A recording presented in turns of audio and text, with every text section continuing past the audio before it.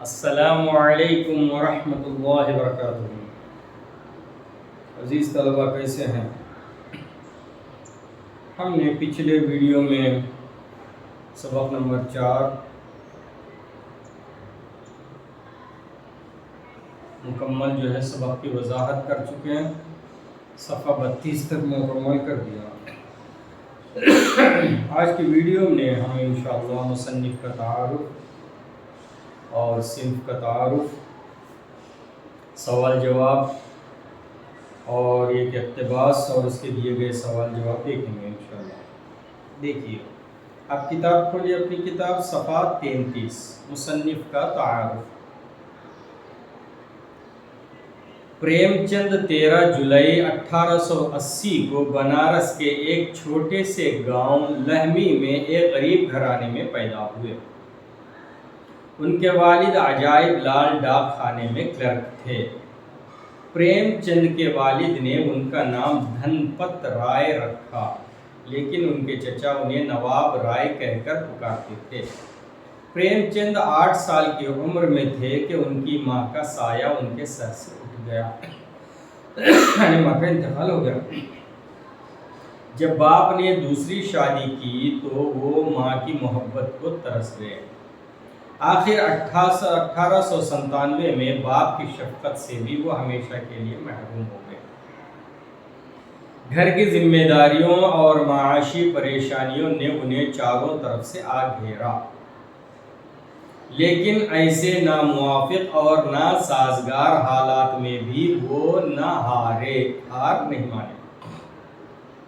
وہ گھریلو چھوٹے اور بڑے سبھی کام کرتے۔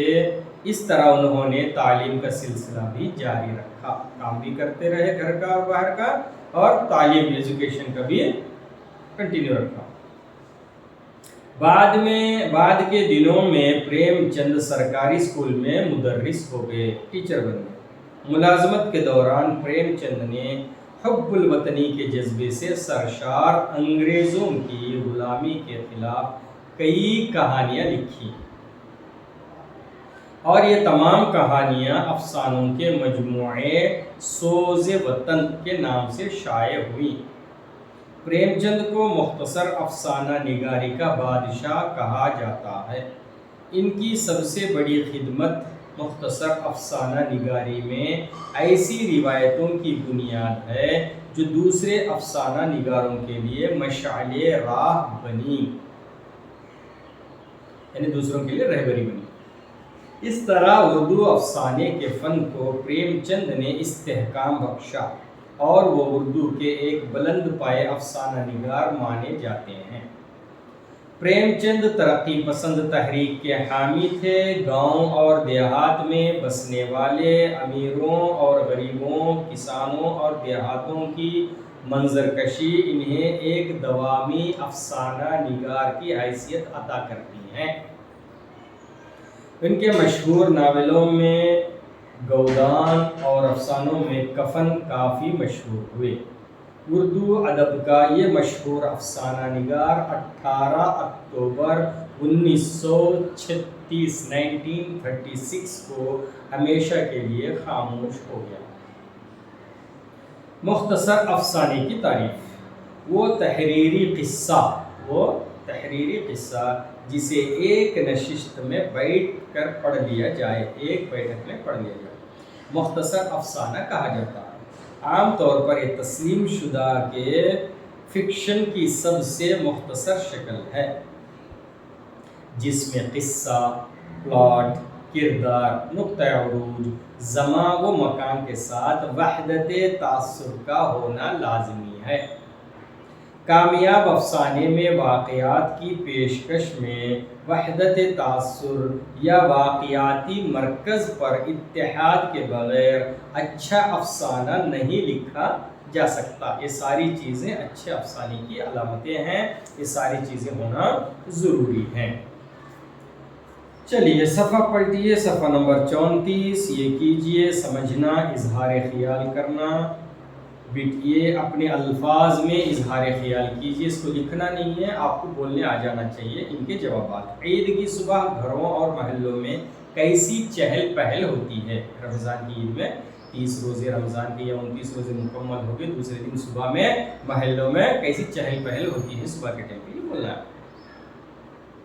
2 روزے بڑے بوڑھوں کے لیے ہوں گے، بچوں کے لیے تو عید ہے۔ مصنف نے ایسا کیوں کہا؟ ظاہر بات ہے روزوں کا اہتمام تو بڑے بوڑھے کر لیتے ہیں، بچوں کو تو عید سے مطلب ہے، ان کو عیدی وغیرہ آتی ہے، نئے کپڑے ملتے ہیں، خوشیاں وغیرہ ہوتی ہیں۔ حامد کے گھر میں دانا نہیں ہے پھر بھی وہ خوش ہے، اس کی خوشی کی وجہ کیا ہے؟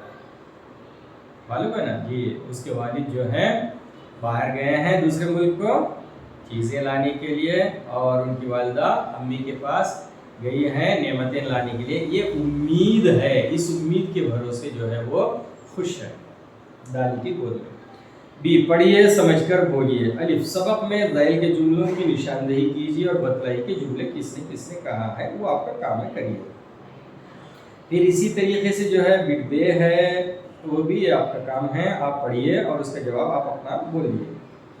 بٹ جیم ذیل کے اقتباس کو پڑھیے اور دیے گئے سوالوں کے جواب لکھیے۔ اقتباس پڑھ رہا ہوں، بہت غور سے سنیے۔ کسی ملک کی خوبی و عمدگی اور قدر و منزلت بنسبت وہاں کی حکومت کے عمدہ ہونے کے زیادہ تر اس ملک کی رعایا کے چال چلن، اخلاق و عادات، تہذیب و شائستگی پر منحصر ہے۔ کسی ملک کی ترقی، خوبی، عمدگی، گریٹنس کے لیے وہاں کے جو ہے رولنگ پارٹی یا وہاں کی حکومت سے اچھے ہونے کے سے زیادہ اچھا ہے کہ وہاں کی عوام، وہاں کی رعایا کے اندر عمدہ خوبی، اخلاقی کی ادب وغیرہ، چال چلن، اخلاق، عادات، تہذیب و تمدن سارے جو ہے زیادہ شائستہ منحصر ہو، کیونکہ قوم شخصی حالتوں کا مجموعہ ہے۔ کیونکہ قوم شخصی حالتوں کا مجموعہ ہے، حکومت کا نہیں ہے جی۔ اور ایک قوم کی تہذیب در حقیقت ان مرد و عورت اور بچوں کی شخصی ترقی ہے جن سے وہ قوم بنتی ہے، وہاں کے مرد، عورت، بچوں کی ترقی پر منحصر ہے، ٹھیک ہے، اس سے وہ قوم بنتی ہے۔ اگر وہ مرد، عورت اور بچے شخصی طور پر ترقی کریں گے، عمدہ اخلاق رکھیں گے تو قوم ترقی کرے گی۔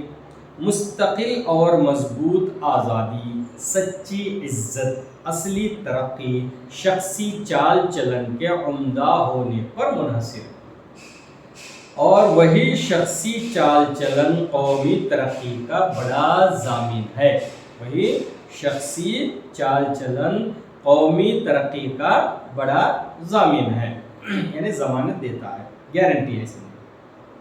ایک نہایت عاجز و مسکین غریب آدمی جو اپنے ساتھیوں کو محنت اور پرہیزگاری اور خالص ایمانداری کی نظیر دکھاتا ہے، اس شخص کا اس زمانے میں اور آئندہ زمانے میں اس کے ملک، اس کی قوم کی بھلائی پر بہت بڑا اثر پیدا ہوتا ہے، کیونکہ اس کی زندگی کا طریقہ اور چال چلن گو معلوم نہیں ہوتا، گو نے اگرچہ معلوم نہیں ہوتا، مگر اور لوگوں کی زندگی میں آہستہ آہستہ پھیل جاتا ہے، اس کا اثر برابر ہوتا ہے، اور آئندہ نسلوں کے لیے یا آئندہ نسل کے لیے ایک عمدہ نظیر بن جاتا ہے۔ آئے سمجھ میں؟ اس کو ایک سے دو بار پڑھنا اور سمجھنا، ایسے ہی ایگزام میں آتے ہیں، ان نون پیسز بولتے ہیں اس کو، ٹھیک ہے جی، نادانستہ اقتباس۔ سوال، کسی ملک کی قدر و منزلت کس پر منحصر ہے؟ کسی ملک کی قدر و منزلت کس پر منحصر ہے؟ کسی ملک کی قدر و منزلت اس ملک کی رعایا کی چال چلن، اخلاق و عادات، تہذیب و شائستگی پر منحصر ہوتا ہے۔ سمجھ میں؟ کسی ملک کی قدر و منزلت اس ملک کی رعایا کی چال چلن، اخلاق و عادات، تہذیب و شائستگی پر منحصر ہوتا ہے۔ نمبر 2، شخصی چال چلن کے عمدہ ہونے سے کیا فائدے ہوتے ہیں؟ شخصی چال چلن کے عمدہ ہونے سے فائدہ یہ ہے کہ قومی ترقی کا بڑا ضامن ہوتا ہے، وہ ضمانت اور گارنٹی دیتا ہے کہ قوم کی ترقی کرے۔ نمبر 3، قوم کی موجودہ اور آئندہ نسلوں پر کیسے لوگوں کی زندگی کا اثر پڑتا ہے؟ پرہیزگار اور ایماندار لوگوں کی بھلائی اور ان کے طریقے زندگی اور چال چلن کا اثر آئندہ نسلوں پر پڑتا ہے۔ یہ جواب اس کا۔ 4، اس اقتباس کے لیے ایک موضوع عنوان تجویز کیجیے۔ عنوان بولتے ہیں ٹائٹل، شیرشک جس کو کہتے ہیں، اور موضوع بولتے ہیں سوٹیبل۔ اس اقتباس کے لیے ایک موضوع عنوان یہ ہے اچھا شہری۔ کیا عنوان؟ اچھا شہری۔ اس میں اتنے ہی ہیں۔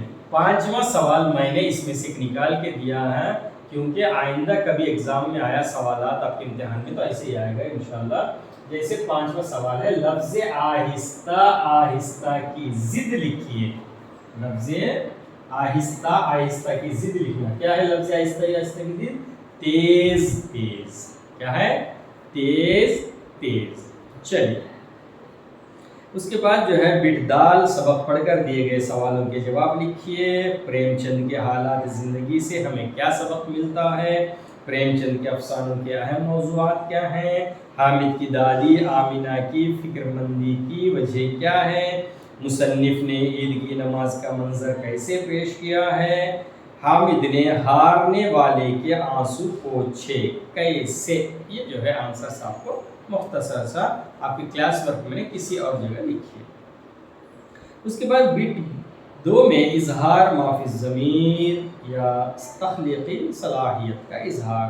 اس میں الف دے کے سوالوں کے مختصر جوابات اور بے جیم دال ان چاروں بٹوں کے آنسر جو ہے آپ کے نوٹس میں آپ کو دیے گئے نوٹس میں موجود ہیں۔ ان سوالات کے جوابات آپ تحریر کیجئے، پہلے پڑھیے سمجھیے، اس کے بعد آپ کی کلاس ورک میں مکمل طور پر لکھیے، کیونکہ اسی کے مارکس دیے جائیں گے۔ چلیے اس کے بعد آئیے بٹ 3 زبان شناسی لفظیات۔ الف ذیل میں دیے گئے محاوروں کو جملوں میں استعمال کیجئے۔ یہ بھی آپ کے نوٹس میں دیے گئے ہیں، ان کو بھی آپ کو لکھنا ہے۔ دیکھیے پھر بھی 1-2 چیزیں میں بتاتا ہوں۔ نمبر 1، کھسیا جانا۔ کھسیا جانا شرمندہ ہونا۔ کھسیا جانا شرمندہ ہونا۔ ہاں میں جو ہے غلطی کرنے کے بعد اس غلطی کے سامنے آنے پر کھسیا گیا، اس طرح سے بھی لکھ سکتے ہیں یا کوئی اور بھی جملہ لکھ سکتے ہیں۔ آنکھ اٹھا کر نہ دیکھنا۔ آنکھ اٹھا کر نہ دیکھنا۔ جی کبھی بھی چھوٹے اپنے بڑوں پر آنکھ اٹھا کر نہ دیکھنا۔ کلیجہ منہ کو آنا۔ کلیجہ منہ کو آنا۔ میرے دوست جو ہے جنگل میں جب گئے تھے تو اچانک سامنے شیر کو دیکھتے ہی ان کا کلیجہ منہ کو آیا۔ اس طریقے سے بات نکل۔ بے مندرجہ ذیل جملوں میں خط کشیدہ الفاظ کے معنی لکھیے اور جملوں میں استعمال کیجیے۔ پہلے الفاظ کے معنی لکھنا ہے، اس کے بعد اس کو جملوں میں استعمال کرنا ہے۔ یہ بھی جو ہے آپ کو نوٹس میں دیے گئے ہیں، پھر بھی 1-2 دیکھ لیجئے۔ حامد نے کھنجری کی طرف حقارت سے دیکھا۔ حقارت مطلب ذلت سے، تذلیل کا، ذلیل سے۔ حقارت مانے ذلت۔ اب ذلت سے جملہ، کسی بھی بندے کو ذلت سے نہیں دیکھنا چاہیے، اس طرح سے۔ احمد اپنی ذہانت سے ہر امتحان میں سب پر سبقت لے جاتا ہے۔ ذہانت ہوشیاری، تیز ذہن۔ چلیے نیکسٹ پیج قواعد۔ نیکسٹ صفحے میں قواعد۔ اب آگے کے 2-3 ہیں آپ کر لینا۔ ان جملوں کو غور سے پڑھیے۔ ان جملوں کو غور سے پڑھیے۔ پیالہ قیمتی ہے۔ پیالہ قیمتی ہے، ٹھیک ہے جی۔ اور دوسرے بازو میں لکھا ہوا پیالی ٹوٹ گئی۔ پیالہ قیمتی ہے، پیالی ٹوٹ گئی۔